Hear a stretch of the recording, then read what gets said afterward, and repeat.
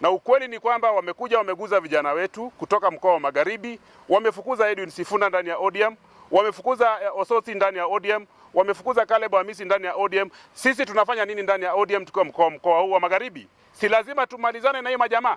Manake tulikuwa tumepea onyo tukamwambia wakiwaguza na sisi pia tutaondoka ndani ya chama cha ODM katika mkoa wa Magharibi wote. Na leo hii tunaanzia hapa Trans Nzoia. Defection tunaanzia Trans Nzoia, next tunaenda Bungoma, next Kakamega, next Vihiga na tunamalizia Busia. ODM hakuna Western tena. ODM tunamalizana Western tena. Leo hii tunahama kutoka ndani ya chama cha ODM na tunataka kuset pace kwa region ya Western kwamba muwe tayari kuondoka chama cha ODM. Vile Edwin Sifuna ametoka, hata sisi tunahama na Edwin Sifuna. Tuko sasa kwa chama ya PM. Na hii chama ya PM iko chini ya Linda Mwananchi. Na hii chama ya PM ndio iko na viongozi wa kuleta mabadiliko ndani ya Kenya. Sasa sisi tuko chini ya People's Movement Renaissance Party.